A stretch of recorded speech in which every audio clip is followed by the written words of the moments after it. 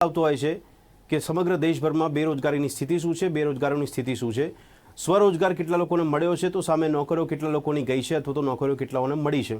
આ પ્રકારનો આ રિપોર્ટ મૂકવામાં આવતો હોય છે અને આ રિપોર્ટ પરથી સરકારના દાવા ખોટા સાબિત થતા હોય તેવું જોવા મળી રહ્યું છે. સૌપ્રથમ દેશમાં બેરોજગારીની સ્થિતિની વાત કરતાં પહેલા અહેવાલ પર નજર કરીએ કે જ્યાં સરકારના દાવા ખોટા સાબિત થતા હોય અથવા સરકાર જ્યારે સ્વીકારતી હોય કે અમે નોકરીઓ આપી રહ્યા છે ત્યારે એવો સમય જોવા મળે છે કે નોકરીઓ હાથમાંથી જઈ રહી છે. સમગ્ર દેશમાં ભારત સરકાર દાવા કરી રહી છે કે અમે રોજગારીનું સર્જન કર્યું છે, જ્યારે બીજી તરફ બેરોજગારીનું પ્રમાણ વધી રહ્યું છે. સેન્ટર ફોર મોનિટરિંગ ઇન્ડિયન ઇકોનોમીએ જાહેર કરેલા નવા આંકડામાં આ વાત સામે આવી છે. CMIE દ્વારા બહાર પાડવામાં આવેલા નવા આંકડા અનુસાર એપ્રિલ 2019માં ભારતમાં બેરોજગારી દર વધીને 7.6% સુધી પહોંચ્યો હતો, જે ઓક્ટોબર 2016 બાદ સૌથી ઊંચો અને 45 વર્ષમાં સૌથી વધુ હતો. બીજી તરફ અમેરિકા સ્થિત આંતરરાષ્ટ્રીય PEW રિસર્ચ સેન્ટર દ્વારા ભારતમાં બેરોજગારી પર સર્વે હાથ ધરવામાં આવ્યો હતો, જેના પરથી જાણવા મળ્યું કે ભારતમાં બેરોજગારી અને વધી રહેલી મોંઘવારી આ બંને યુવાનો માટે સૌથી મોટા ચિંતાજનક મુદ્દા છે. આ અહેવાલમાં દાવો કરવામાં આવ્યો હતો કે ભારતમાં 75% યુવાનોને લાગી રહ્યું છે કે બેરોજગારી સૌથી મોટો મુદ્દો છે. આ ઉપરાંત વસ્તુઓના વધી રહેલા ભાવ પણ સૌથી વધુ ચિંતાનો વિષય છે. આ સર્વેમાં 73% લોકોએ બંને મુદ્દાને દેશના સૌથી મોટા મુદ્દા ગણાવ્યા. તો અમેરિકાના આ રિસર્ચ સેન્ટર દ્વારા પ્રકાશિત કરવામાં આવેલા સર્વેમાં જણાવાયું કે દેશમાં હાલ નાગરિકો માટે બેરોજગારી અને મોંઘવારી સૌથી મોટા મુદ્દા છે.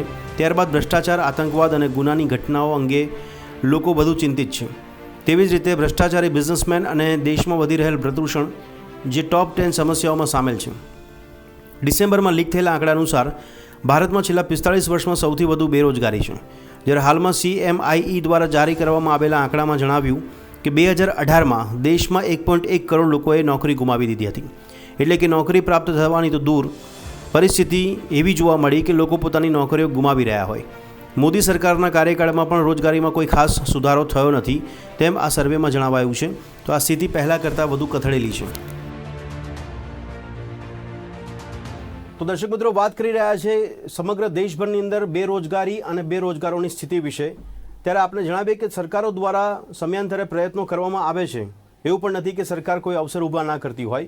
ઘણી યોજનાઓ પણ મૂકવામાં આવતી હોય છે, પરંતુ આ યોજનાઓનો અમલવારીની વાત હોય, આ યોજનાઓ કયા પ્રકારની મૂકવામાં આવે છે જેનાથી સમગ્ર દેશમાં રોજગારીનું સર્જન થાય, એવા માટે સમગ્ર દેશભરમાં જ્યારે ચર્ચા જોવા મળી કે નોટબંધી અને GSTને કારણે ઘણી નોકરીઓ ગઈ છે, ઘણા રોજગારોને અસર પડી છે, એવામાં ચર્ચા થઈ NSSOની.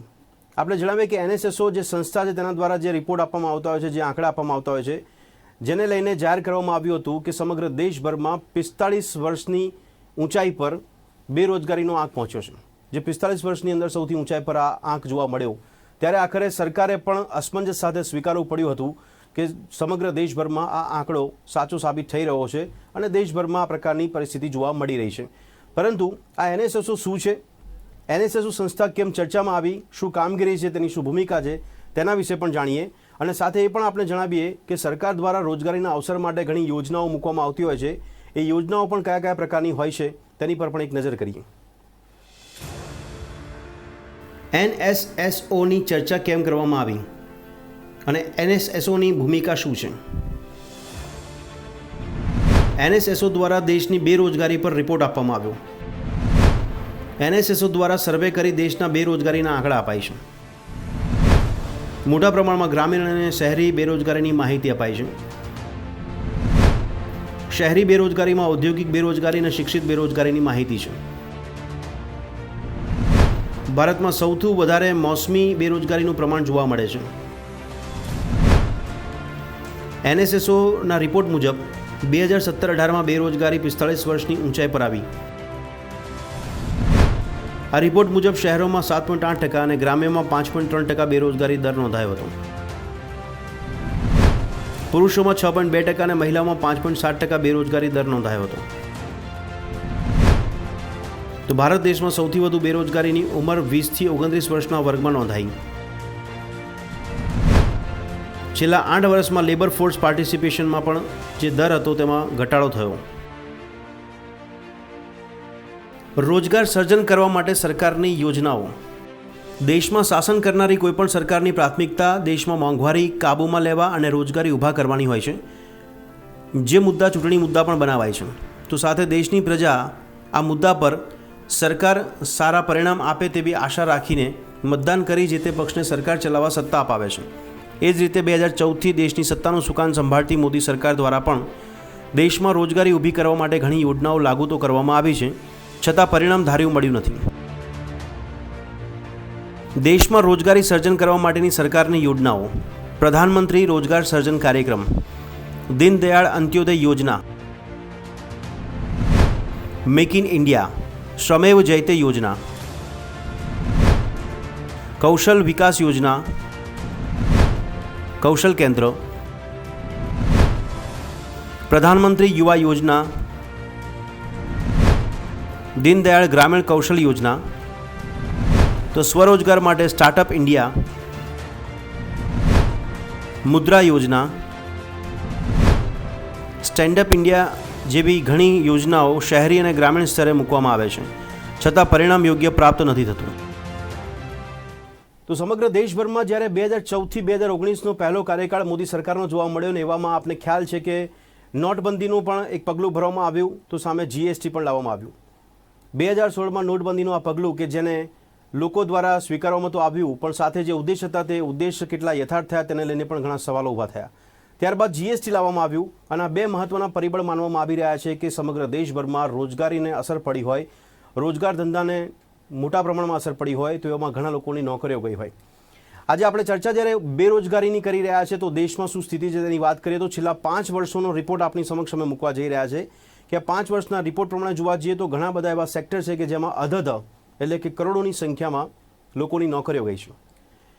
ટેક્સટાઇલ ક્ષેત્રની વાત કરવામાં આવે, ઓટો સેક્ટર છે, બેન્કિંગ સેક્ટર છે, રિયલ એસ્ટેટ છે, આવા અનેક સેક્ટર છે, જેમાં જેમ્સ એન્ડ જ્વેલરી પણ છે. આવા અનેક સેક્ટરો છે કે જેની અંદર મોટા પ્રમાણમાં બેરોજગારી સર્જાઈ છે, મોટા પ્રમાણમાં લોકોની નોકરીઓ ગઈ છે, હજારો અને કરોડોની સંખ્યામાં આ સેક્ટરમાં નોકરીઓ ગઈ છે. તો આપને જણાવીશું અમે ગ્રાફિક્સના આધારથી કે સમગ્ર દેશભરમાં છેલ્લા 5 વર્ષની અંદર બેરોજગારીનો દર કેટલો રહ્યો, કયા સેક્ટરની અંદર કેટલા પ્રમાણમાં નોકરીઓ ગઈ છે, અને ગ્રાફ અને રિપોર્ટ્સ પણ આપણી સમક્ષ મૂકવા જઈ રહ્યા છે કે જેમાં આપણે ખ્યાલ આવશે કે દેશની અંદર બેરોજગારીની સ્થિતિ શું છે, બેરોજગારોની પરિસ્થિતિ કેવી છે, એની પર એક નજર કરીએ. જાન્યુઆરી 2020 સુધી છેલ્લા 5 વર્ષમાં સેક્ટર પ્રમાણે નોકરીઓ ગઈ હોય તેવા રિપોર્ટ મળ્યા છે. મોદી સરકારના કાર્યકાળમાં દેશમાં અધધ 3.64 કરોડ બેરોજગાર થયા, 7.1% બેરોજગારી દર નોંધાયો. તો 2020ના બજેટમાં સરકાર અર્થવ્યવસ્થામાં આવેલી મંદી અને નોકરીઓને વધારવા માટે શું પ્રયત્ન કરશે તેના પર સૌ કોઈની નજર હતી. દેશમાં બેરોજગારી દર 7.1%થી પણ વધુ હોય. એક સંશોધનમાં સામે આવ્યું કે દેશમાં વિતેલા 5 વર્ષોમાં 3.64 કરોડ નોકરીઓ ફક્ત 7 સેક્ટર્સમાંથી જતી રહી છે. સૌથી વધુ ટેક્સટાઇલ સેક્ટરમાંથી નોકરી ગાયબ થઈ છે. ટેક્સટાઇલ સેક્ટરમાં અલગ અલગ કારણોથી વિતેલા 5 વર્ષમાં લગભગ 3.5 કરોડ નોકરીઓ ખત્મ થઈ ગઈ. જો કે નીતિ આયોગનું કહેવું છે કે ધીમે ધીમે તેમાં સુધારો આવી રહ્યો છે, છતાં સરકાર તેના પર રોકાણ વધારી રહી છે. દેશમાં ટેલિકોમ હોય, ઓટો હોય, મોબાઈલ હોય, infra, gems and jewellery, construction ક્ષેત્રમાં નોકરીઓ ઘટી છે, પરંતુ કેટલી નોકરીઓ ઘટી તે કહેવું અસંભવ જોવા મળતું હતું. ત્યારે CMIEના રિપોર્ટ મુજબ બેરોજગારીનો દર નોંધવામાં આવ્યો છે. CMIEના રિપોર્ટ મુજબ બેરોજગારી દર દેશમાં 2019 અને 2020માં મહિના પ્રમાણે જોવા મળ્યો છે. ચાર્ટમાં જોવા મળતું હોય તે પ્રમાણે જૂન 2019માં અનએમ્પ્લોયમેન્ટ એટલે કે બેરોજગારીનો દર 7.87% જોવા મળ્યો હતો, જે મહિને મહિને વધતો નજરે પડ્યો છે. એવામાં ઓગસ્ટ 2019માં 8.19%, ઓક્ટોબરમાં 8.10%, ડિસેમ્બર 2019માં 7.60%, જાન્યુઆરી 2020માં 7.22%થી લઈને છેલ્લે એપ્રિલ 2020માં 23.22%ને પાર જોવા મળ્યો બેરોજગારીનો દર.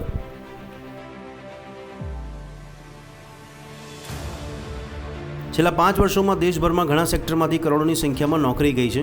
તે રિપોર્ટ મુજબ અલગ અલગ સેક્ટર પ્રમાણે નોકરીઓ ગઈ તેના પર એક નજર કરીએ તો ટેક્સટાઇલ ક્ષેત્રમાં નોકરીઓ 3.5 કરોડ ગઈ. વૈશ્વિક મંદી, ઉત્પાદન ખર્ચમાં વધારો, દેશમાં મોંઘા મજૂર અને ચૂકવણું જેવી પરિસ્થિતિને કારણે ટેક્સટાઇલ ક્ષેત્રમાં કરોડોની સંખ્યામાં નોકરી ગઈ. જેમ્સ એન્ડ જ્વેલરી ક્ષેત્ર. આ ક્ષેત્રમાં 5 લાખ નોકરીઓ ગઈ. સોનાની વધતી કિંમત, સોનાની આવક પર વધુ પડતી કસ્ટમ ડ્યુટી, લોકો વિદેશમાંથી સોનું ખરીદી રહ્યા હોય, જેને કારણે જેમ્સ એન્ડ જ્વેલરીમાંથી 5 લાખ નોકરીઓ ગઈ. ઓટો સેક્ટર, આ ક્ષેત્રમાં 2.30 લાખ લોકોએ નોકરી ગુમાવી. મંદીના કારણે BS6 વાહન આવે તે પહેલાં તેનું વેચાણ ઘટ્યું હોય, વૈશ્વિક મંદીની અસર જોવા મળી, તો ઓટોમેશન પણ હોવાથી જવાબદાર કારણ માનવામાં આવી રહ્યા છે. ઓટો સેક્ટરમાં 2.30 લાખ નોકરીઓ ગઈ હોય તેના માટે. બેન્કિંગ સેક્ટર, બેન્કિંગ સેક્ટરમાં 3.15 લાખ લોકોએ નોકરી ગુમાવી. સરકારી બેન્કોને મર્જ કરવાથી બ્રાન્ચની સંખ્યામાં ઘટાડો આવ્યો હોય, તો ઓટોમેશનથી કામ થવાને કારણે કર્મચારીઓની સંખ્યા પણ ઘટી છે. આ કારણને લઈને બેન્કિંગ સેક્ટરમાં પણ મોટી સંખ્યામાં લોકોની નોકરીઓ ગઈ છે.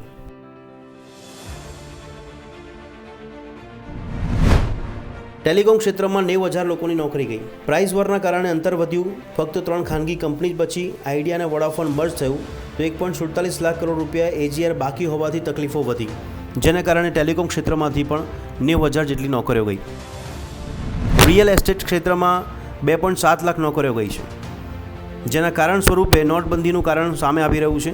નોટબંધીના કારણે સ્થિતિ ખરાબ થઈ. GST અને રેરા કાયદો આવ્યા બાદ શરૂઆતના સમયમાં મુશ્કેલીઓ ઘણી વધી, જેને લઈને રિયલ એસ્ટેટમાં પણ નોકરીઓ મોટી સંખ્યામાં ગઈ. એવિએશન ક્ષેત્રની અંદર 20,000 લોકોની નોકરીઓ ગઈ છે.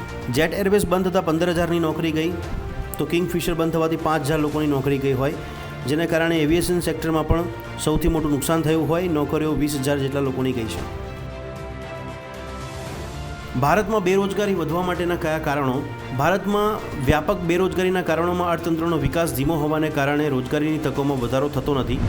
જેના મુખ્ય કારણોમાં નજર કરીએ તો દેશમાં વસ્તી વધારો, મંદ ગતિએ થતો આર્થિક વિકાસ, દેશમાં વ્યાપક પ્રમાણમાં જોવા મળતી ગરીબી, દેશમાં બચત અને મૂડીરોકાણનો થતો નીચો દર, ત્યારે માનવ શક્તિના આયોજનનો પણ અભાવ જોવા મળ્યો અને ખામીયુક્ત શિક્ષણ પ્રથા જેવા ઘણા કારણો જોવા મળી રહ્યા છે.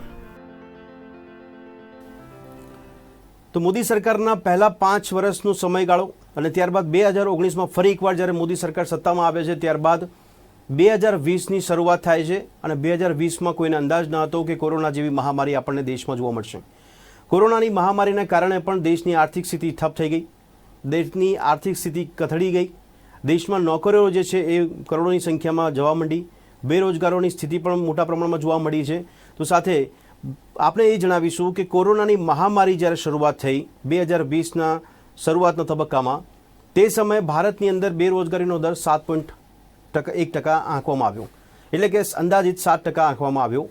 જ્યારે ગત વર્ષે એટલે કે પહેલા કાર્યકાળની અંદર પણ જ્યારે 2018ની અંદર 6.1% આંકવામાં આવ્યો, તો તે 45 વર્ષની ઊંચાઈ પર બેરોજગારીનો દર હતો. 2020ની શરૂઆતમાં જ્યારે જોવા મળ્યું કે 7% હતો કોરોનાની મહામારી પહેલાં, અને કોરોનાની સ્થિતિ વચ્ચે અથવા તો કોરોનાની જે શરૂઆત થઈ અને ભારત દેશની અંદર લોકડાઉનની સ્થિતિ જોવા મળી, 65 થી 68 દિવસ સુધીનું આ લોકડાઉન જોવા મળ્યું, ત્યારબાદ અનલોકની સ્થિતિ જોવા મળી.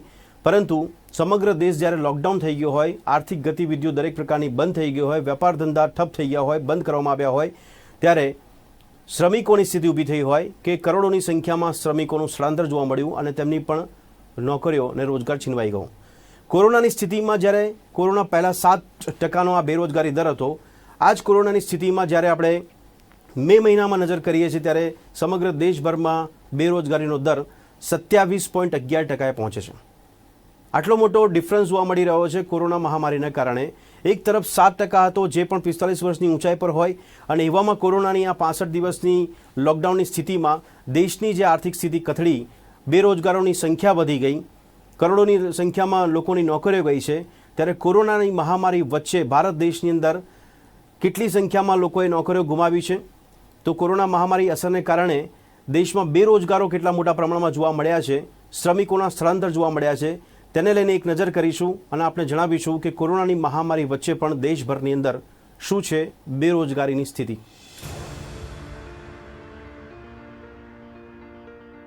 કોવિડ-19 કટોકટીના પગલે દેશના બેરોજગારી દરમાં 3જી મેના રોજ પૂરા થયેલા સપ્તાહમાં 27.11%નો વધારો થયો છે, જે માર્ચના મધ્યમાં રોગચાળો શરૂ થતાં પહેલાંના 7%ના સ્તરે હતો.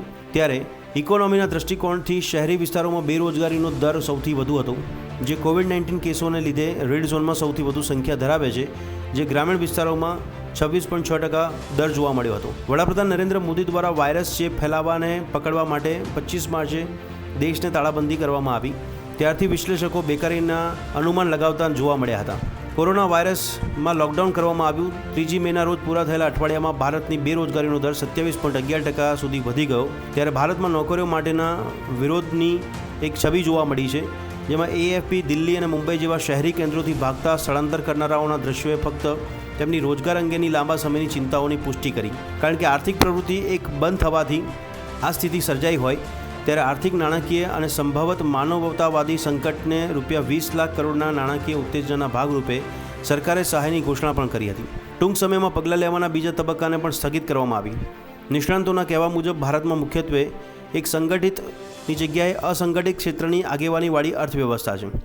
ત્યારે CMIEના સાપ્તાહિક શ્રેણીના ડેટા પ્રમાણે ભારતમાં COVID-19નો રોગચાળો શરૂ થયા પછી બેરોજગારીમાં એટલે કે બેકારીમાં સતત વૃદ્ધિનો દર થયો છે, જેમાં સપ્તાહમાં જોવા જઈએ તો 29 માર્ચ સુધીના રિપોર્ટ પ્રમાણે તેમાં તીવ્ર વધારો થયો છે, જે 23.81% રહ્યો છે.